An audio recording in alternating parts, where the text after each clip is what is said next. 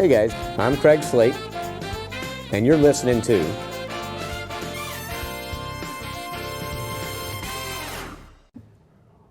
What's the saying? Save the best for last? Save the best for last, We that's saved for the sure. best for last today, for sure. So we're being joined by none other than Miss Cathy Burns, who is the CEO of IFPA, and she is this is her baby.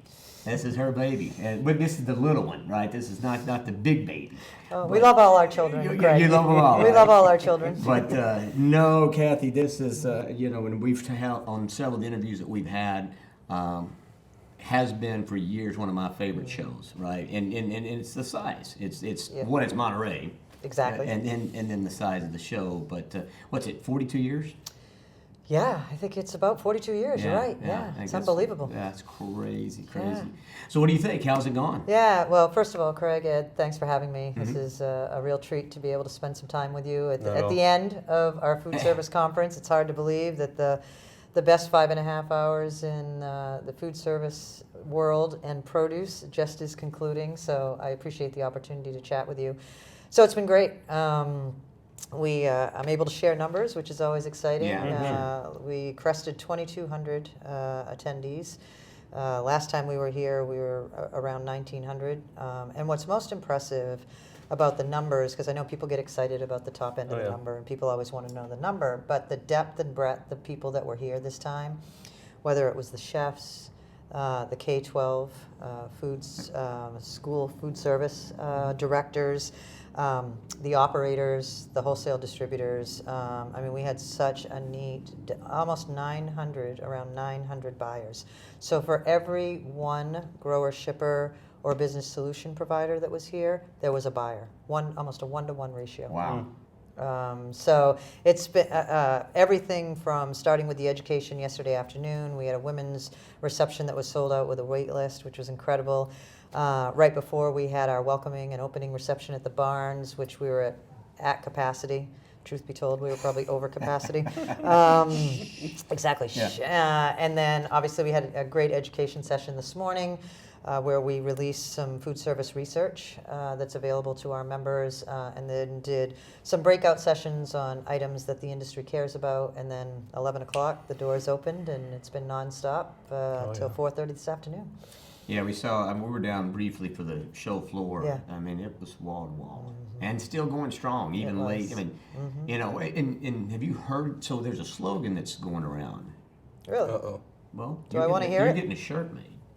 Yeah, and I already forgot. Oh, I remember what it was. You do? Hugs, not handshakes. Hugs, not handshakes. I love that line. Yeah. I forgot even who said somebody I earlier. did. Oh, was that you that said that? I said we're an industry of handshakes. I actually said we're an industry of handshakes and hugs versus transactional. And you can see it here in Monterey. You saw it obviously on the expo floor during our education. When you're even walking around the town or you're going to eat at a restaurant, it's a homecoming. You're going to run into somebody. And this industry, food service in particular, has been through a lot over the last 3 years. So it's nice to see the stabilization, and you can actually see it starting to build. Because food service, trends are set by chefs. And that informs what happens ultimately with our palates, our eating consumption, and it's a key indicator for where retail's going as well. It's fun to see them excited. So we had Chef Travis Johnson on this morning. Oh, great. He was our first guest. Awesome. Right? Yeah. Chef Travis? He kicked it off. He was on fire. Yeah. And so that was a great way to kick off the day. And it is fun to see end users, I guess, if you will, excited about. Yeah, and they love to come see the innovation, the new products. Obviously, the big push this year, and it's been that way actually for the last couple of years, is how can we continue to take labor out of the back of the house? And so having the wholesale, the distributors, more so the grower shippers and the business solution providers provide solutions to that challenge, so that when product comes into the back of the house, it's so much easier to use for these chefs, and then they can be really creative and take all that extra time that they need to be able to come up with new recipes and put the final touches before a plate goes out to a table. Yeah, we were just talking about with Nelia from Marcon, we're talking about value added in the food service space, which honestly I hadn't really thought about much. Think about value added more in the retail space, but shoot, we were talking about that quite a bit.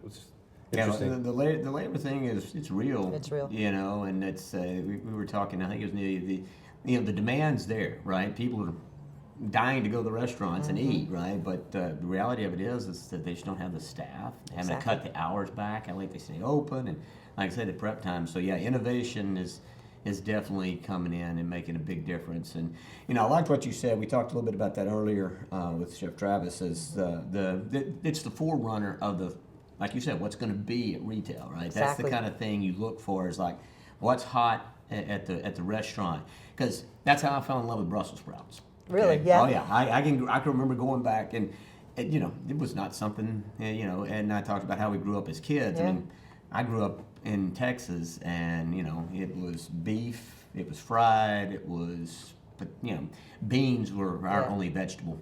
Yeah. But the reality was Brussels wasn't part of it. So Right. I can remember working in Chicago and going and this is years back, just before the Brussels thing. Oh, they did this great Brussels sprouts. Yeah. Man, I have become addicted to Brussels sprouts. Good. We love you for that. That is fantastic. But really, it's the restaurants, it's the chefs that take some of the stuff and Cauliflower is another. I mean, Yeah, I was thinking about cauliflower the rice. resurgence of cauliflower. Oh, yeah. I had a cauliflower pizza bowl the other day, similar to my story with Olive Garden and the broccoli instead of the pasta. Oh, that's But good. a cauliflower pizza bowl, it knocked my socks off, and it was a frozen meal. But then I started looking up recipes where you can make it at home the same way, and it just substitutes, the crust with cauliflower. Yeah. What's exciting that happened this week is we had about 100 school food service directors here. Mm-hmm. And if you think about where those habits get formed, it's when we're young. Yeah, So for if you sure. grew up with beans and you didn't have Brussels sprouts, Right. so now we're introducing all of these individuals to a whole expo of new products, value-added products that they can use for schools. Imagine how that's going to change the trajectory of the eating habits of the next generation. Because I tell you, if we don't change the eating habits of the next generation, this will be the first generation that will not live as long as their parents because of what's happening with obesity, diabetes, all those diet-related diseases, because even at very young ages, they're not getting exposed for sure. to, the vast variety of products that we carry. So I am so excited about the K through 12 food service directors that were here this week and the impact that's going to have on America's children. How many did you have here? 100. 100. And that's going to grow, no I question. saw the list. That was up from last year, I think, Yeah, right? yes, it was. Yep. Some major metro areas. I mean, I think 100%. where the school districts are enormous, right? Cincinnati, we had the director from the Cincinnati Oh, great. last year. Yeah, We had Jessica, her last yeah. year. It's a big. It's like Houston, same thing. Right? There's huge school districts. But you're spot on. That's how we change the trajectory. Really, that's the kind of stuff that you've got to do to change that trajectory. Because 100%. The lunch programs, they're not really built for health. No, they're not, and they should be. And it's unfortunate, but yeah, like you say, I mean, it's like the most precious asset we have, and we're not really putting the right, fuel on their plate. And like I say, teach them.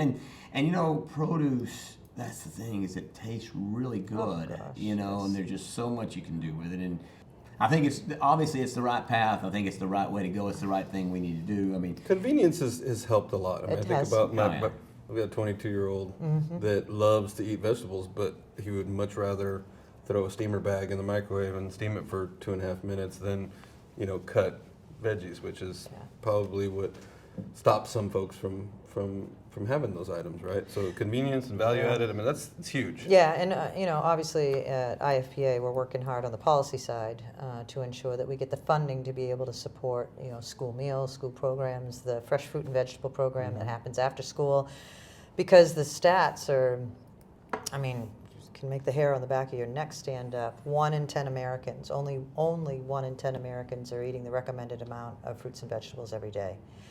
50% of the kids in this country, 50%, do not eat a vegetable daily. wow, that's a pretty amazing statistic. So if you think about the headwinds that are against us, and by the way, our own government's dietary guidelines is that half the plate should be fruits and vegetables. So I would think our government programs should follow our dietary guidelines. Yeah. Let's start there. Yeah. And then if you think about the interventions that happen at the school level, so it's the whole ecosystem that needs addressing. And obviously, as I said, we're addressing the policy side. We have great suppliers and members that are trying to work the value-added side, taking labor out of the system. We have incredible chefs and operators and retailers that are working the marketing side and quality. I mean, we have to have consistent quality. Sure. When people go to a store or they eat at a restaurant, they expect consistent quality because you're not going to get repeat business if you have a bad experience with a particular piece of fruit or a vegetable. So we need to look at it holistically. They really do, don't they? Yeah, I mean, I'm guilty of it. If I have a bad experience, I'm not going to go back because there's so many other options to go spend my money at a different restaurant. Yeah, and hopefully and the problem is if you opt out of a fruit or a vegetable and now all of a sudden you're picking up a bag of chips or a Kind bar, and that's the trade-off, that's obviously not good for any of us and the business that we love so much and are fighting for so hard. Yeah. No, we still, we talk about young people in the education, though. I do feel like at least in my kids, particularly my son just graduated out of ASU, and maybe it's just being in a family where we talk about it or whatever. I mean, my wife was super great when the kids were growing up. We didn't have, sodas just didn't exist. You don't have Cokes, you don't have things, and so she was really good, and maybe that's partly influence. But I just feel like that they are more educated than I was, certainly in terms of health. I mean, they eat healthier than I did for sure. Yeah, I have strong hope for millennials and Gen Z, and we saw some data this morning that shows that they are absolutely looking for more fruits and vegetables, that quality is important, that convenience is important, speed, using phones, they want it now, and it has to be convenient. So, we're painting a really good picture for the next generation that's coming up. But, our kids are blessed to have access. Yeah. And so, there's a percent of the population that the only meal they get is at school. So making sure that we're dealing with those access issues, that we have a food bank system that can handle fresh fruits and vegetables and not just the hard goods, so to speak. That we can get fruits and vegetables to areas that a dollar store or a convenience store is their only grocery store in town.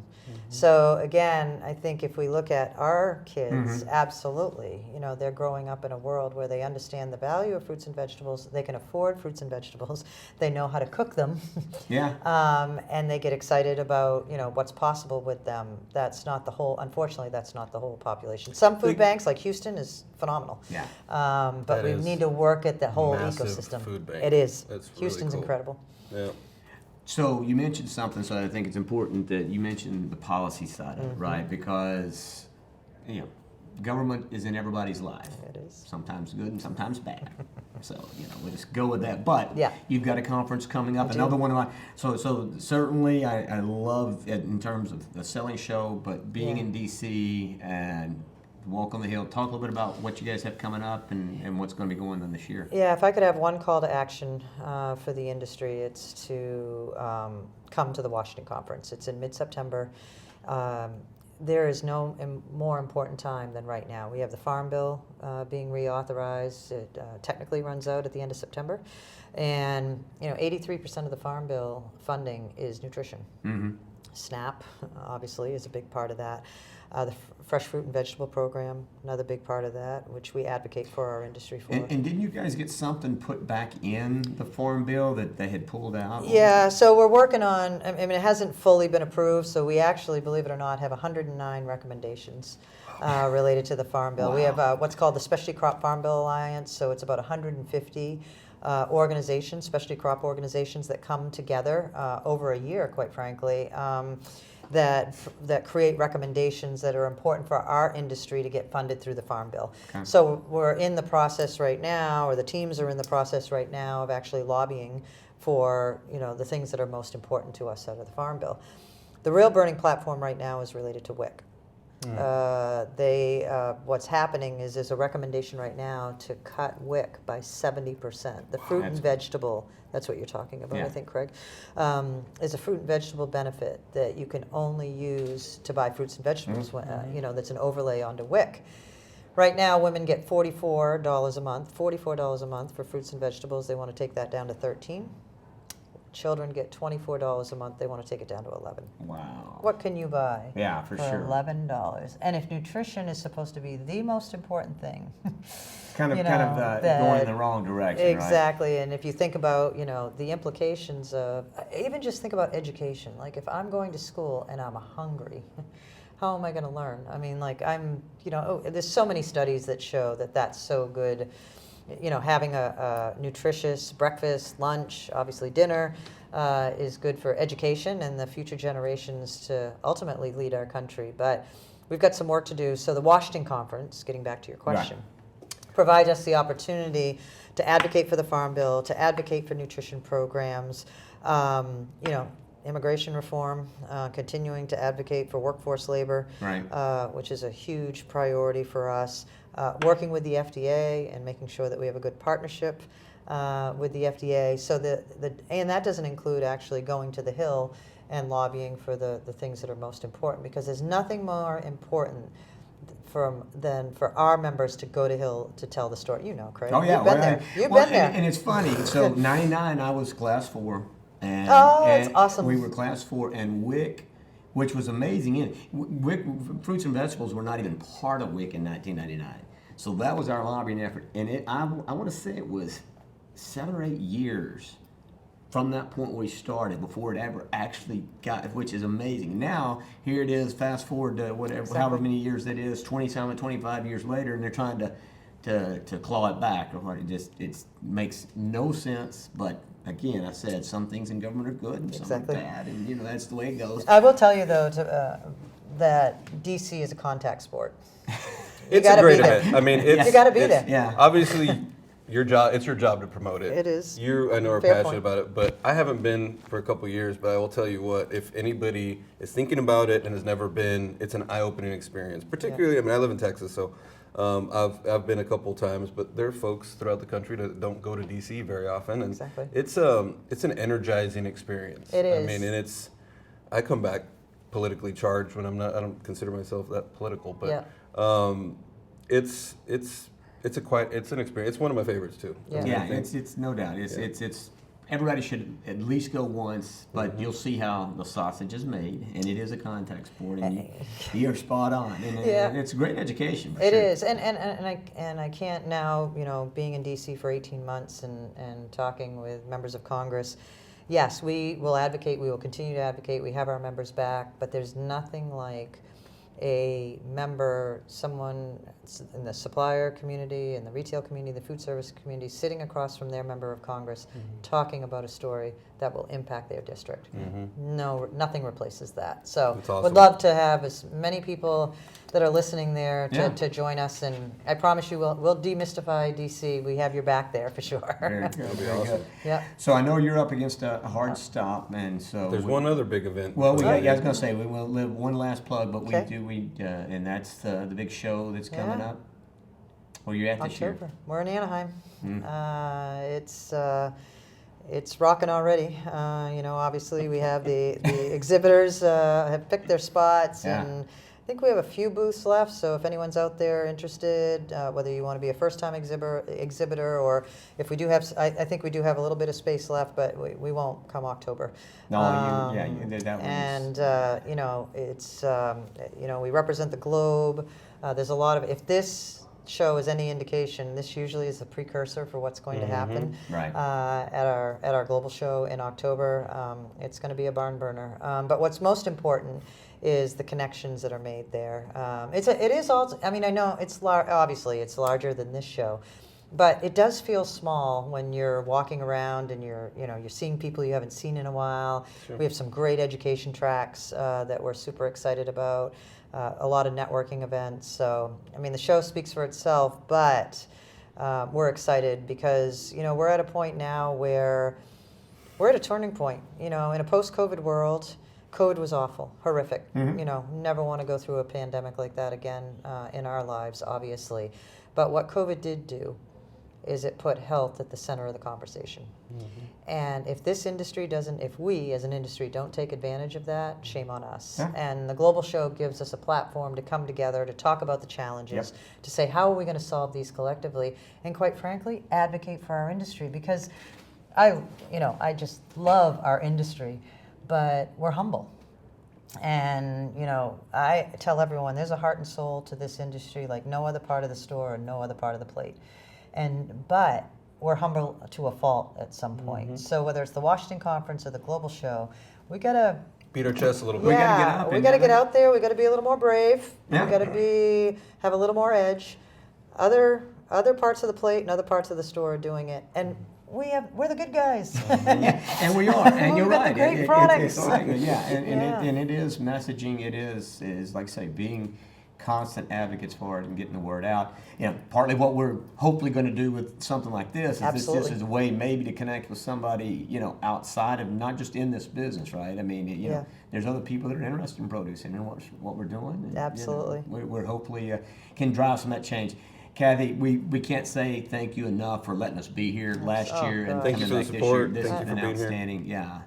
Yeah, well, thank both of you for investing your time and being here and having people come and tell their stories. It's you are selfish for us because it's our favorite part. Yeah, I don't know. Oh, well, if it's selfish for you, we're benefiting just as much. And for you guys to invest your personal time in this way to allow people to tell their stories, it's a gift. It's a gift to the industry and it's a gift to IFPA. So thank you both, and look I'm forward to seeing you in re-inspired. DC. Really? Really Thank you. inspired. Yeah, really appreciate both of you. For sure. Thank you very much, Yeah. and best of luck. Thank you. I guess you've got some awards to go We to. do. All right, go. Yep, we You're get to gonna give out some awards. Some awards and everything. And Ed and I will be back for the wrap up here in about 5 or 10 minutes, and then we will pack it up and head back. But for now, we're going to say goodbye to Kathy, and we'll see you.